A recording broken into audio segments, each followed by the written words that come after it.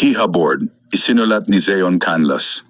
Ako nga pala si Jake, hindi tunay na pangalan, isang karpintero, 40 taong gulang.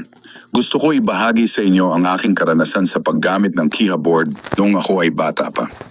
Sa edad na 16 na taong gulang, mahilig po ako sa mga kakaibang bagay, gaya ng mga kwentong aswang, engkanto, at kung ano-anong kwento na nakakatakot. Mahilig din po ako sa mga horror movie, mga brutal, patayan, at kahit anong mga pelikula na may kinalaman sa katatakutan. Dahil sa mahilig ako sa mga nakakatakot, gusto ko magkaroon ng experience ng katatakutan hanggang sa mapanood ko ang isang movie na gumagamit ng Ouija board. Dahil sa kasabikan ko na maka-experience ng nakakatakot, nag-try akong maghanap ng Ouija board pero wala akong nakita. Kaya pumasok sa isip ko na gumawa ng sariling Ouija board para maka-experience ako ng katatakutan. Naglagari ako ng isang plywood na di masyadong kakapalan at pagkatapos kong lagariin, kinopya ko ang nakasulat sa Ouija board. Dahil sa excited na ako masubukan ito, baso na lang ang ginamit ko sa Ouija board. Hindi ko na ginawa yung parang tatsulok na bagay na ginagamit sa Ouija board. Kasi nakita ko sa Spirit of the Glass na baso lang ang ginagamit, kaya naisip ko na baka pwede na siguro ang baso. Nang matapos ko ng gumawa ng Ouija board, nag-try ako mag-isa. Sinubukan ko na tawagin ang kaluluwa sa loob ng aming bahay. May kaluluwa ba dito? Magparamdam ka at magpakilala ka. Maya-maya ay nagkusang gumalaw ang hawak kong baso na gamit-gamit ko sa Ouija board. Habang hawak ko ito, gumalaw ito ng mabilis na halos mabitawan ko na. Hindi ko na natandaan kung saang letra nagpalipat-lipat ito dahil sa mabilis na paggalaw nito. Basta gumalaw na lang ito ng mabilis hanggang sa tumilapon sa sahig ng bahay namin ang basong ginamit ko sa Ouija board at nabasag ito.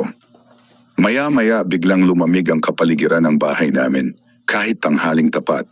Walang hangin, basta biglang lumamig na lang ang loob ng bahay. Tapos nangamoy sunog na parang malansa sa loob ng bahay at biglang may kumalabit sa aking likuran at paglingon ko sa likuran ko, wala naman tao. Kinakabahan na ako ng mga oras na yon, kaya tumayo ako para lumabas ng bahay nang biglang sumara ang pinto namin, pahampas ang sara nito, kaya ang lakas ng kalabog. Biglang nagsibagsakan ang mga baso at plato sa kusina namin at nabasag lahat ito. Ang mga pinto ng aparador sa loob bahay ay nagsasara. Bukas at ang ilaw naman, aakalain mo na may batang naglalaro, kaya patay, sindi ito. Napaiyak na lang ako sa takot na parang sising-sisi ako kung bakit ko sinubakan ng mag-Ouija board ng mag-isa. Maya-maya ay may lumitaw na anino sa harap ko. Sa pader ng bahay namin isang nakakatakot na anino na ang imahe ay isang malaking nakakatakot na tao. Biglang may tumulak sa likod ko, kaya natumba ako paharap sa sahig namin at hinila ako ng isang puwersa na hindi ko nakikita papasok sa kusina namin. Kaya nagdasal ako ng taimtim ng ama namin at Aba Ginoo Maria. Bigla itong nawala, kaya mabilis akong tumayo at kumaripas ng takbo papunta sa pinto para buksan ito. Pagbukas ko ng pinto, ang mga kapitbahay ko ay nandoon na sa harapan ng bahay namin. Nag-alala daw sila dahil meron daw silang nakitang mga tao sa loob ng bahay namin kahit ako lang ang mag-isa ng mga oras na yon. May nakita daw silang nakasilip na 3 tao sa bintana ng kwarto ko sa taas.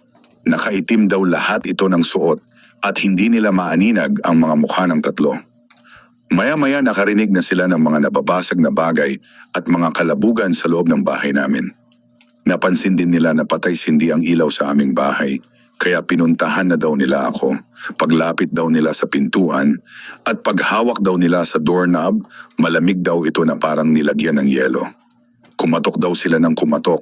Pero wala nagbubukas ng pinto dahil sa pag-aalala nila sa akin, sinubukan daw nilang sirain ang pinto ng bahay namin na gawa sa kahoy. Sinipa daw ito ng mga kalalakihan na kapitbahay namin pero hindi daw ito masira at ang ipinagtataka pa nila, parang sumisipa daw sila sa pader. Pagkatapos ng mga nangyari, nilinis ko ang lahat ng mga nabasag na baso, plato sa kusina namin at ang mga gamit na nagsibagsakan ay ibinalik ko sa dating pwesto. Dumating ang nanay at tatay ko galing sa pamilihan. Nagulat sila sa nadatnan sa bahay, kaya ikinuwento ko ang lahat ng nangyari sa akin. Kaya sinira ng tatay ko ang Ouija board at sinunog ito sa pag-aakala na lalayas ang masang espiritu sa loob ng bahay namin. Alas 3:15 ng madaling araw habang ako ay natutulog, naramdaman ko na may dumagan sa aking dibdib, kaya bigla akong nagising.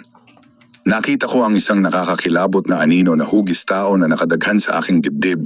Nakaupo ito at napakabigat na halos hindi na ako makahinga. Sinubukan ko na tumayo ngunit napakabigat nito, kaya muli akong nagdasal at pagkatapos ko magdasal ng Ama namin at Aba Ginoong Maria nawala ito. Hindi na ako nakatulog pa ng mga oras na iyon hanggang sa magumaga. Mga alas 6:30 ng umaga habang ako ay nakaupo sa harapan ng lamesa, may narinig akong boses na bumulong sa kanan kong tenga at sinabi nito, "Hoy, akin ka." Bigla akong lumingon sa may bandang kanan ko, wala naman akong nakitang tao. Kinabahan na ako sa nangyayari sa akin. Ikinuwento ko sa mga magulang ko ang pangyayaring ito, kaya nagpatawag na sila ng albularyo. Pumunta ang albularyo at tinawas ako. Ang sabi ng albularyo, isang hindi matahimik na kaluluwa daw ng tao ang nagambala ko. Matapos gawin ng albularyo ang mga ritual niya, sinabi niya sa amin na hindi na daw muling manggagambala pa ang di matahimik na kalukwa. Dahil napalayas na daw niya ito. Dahil sa mga sinabi ng albularyo, nawala ang takot ko at ang pangamba ng mga magulang ko. Kinabukasan akala ko na wala na talaga ang gumagambala sa akin. Mga tanghaling tapat pasado ng alas 12 may narinig akong nabasag sa kusina namin. Agad ko pinuntahan ito upang tignan. Nakita ko ang mga plato na nasa sahig na basag-basag na ito. At muling nagpakita ang anino sa pader sa loob ng bahay namin at umalingasaw na naman ang amoy sunog at malansa sa loob ng bahay.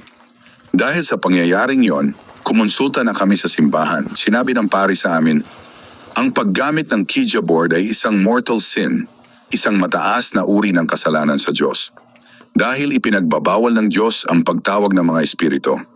Isa pa, kumonsulta din kayo sa albularyo na isa din sa mga ipinagbabawal ng ating simbahan. Sinabi ng albularyo na ginagambala kayo ng kaluluwang hindi matahimik. Isa po yon panlililang, wala pong kaluluwa na bumabalik sa lupa matapos mamatay ng isang tao. Demonyo po ang nagambala ng inyong anak, maari po kayong mapahamak lahat dahil sa ginawa ninyo. Maswerte ka pa nga Jake at hindi pa ito sumapi sa iyo kaya aagapan na natin ito. Pumunta ang pari sa bahay namin upang i-bless ang bahay namin. Habang nagdadasal at nagwiwisik ang pari ng holy water sa buong paligid ng bahay namin. Muling nagpakita ang itim na anino. Maya-maya ay lumitaw ito mula sa pader sa loob ng bahay namin. Kinilabutan kami sa aming nasaksihan, nanlaki ang mga mata namin, ang malaking aninong hugis taong lumitaw sa pader ng bahay namin ay biglang tinubuan ng sungay. Ang mga bagay sa loob bahay namin ay biglang naggalawan at nagbabagsakan, ang ilaw sa aming bahay ay nagpapatay-sindi. Maya-maya ay may sumigaw na nakakatakot na boses na nagmumula sa anino, tila ba na nasasaktan sa dasal ng pari at sa winiwisik nitong holy water. Makalipas ang ilang sandali, biglang tumahik ang kapaligiran. Ang lahat ng mga bagay na gumagalaw sa loob ng bahay namin at ang ilaw na patay-sindi ay tumigil din. Nawala na din ang amoy sunog at malansa sa loob ng bahay at nawala na din ang nakakatakot na anino na tinubuan ng sungay. Naramdaman namin na guminhawa ang loob namin. Naging kalmado din ang aura sa loob ng bahay at naging payapa na ito. Sinabi ng pari sa akin, huwag na uulitin ang ginawa ko, magkumpisal ako at palagi akong tumawag sa Diyos. Simula noon naging malapit na ang aking pamilya sa Diyos. Linggo-linggo nagsisimba na ako kasama ang buong pamilya ko. Kaya may papayo ko sa mga makukulit na kabataan, huwag niyong subukan na gumamit ng Ouija board. The end.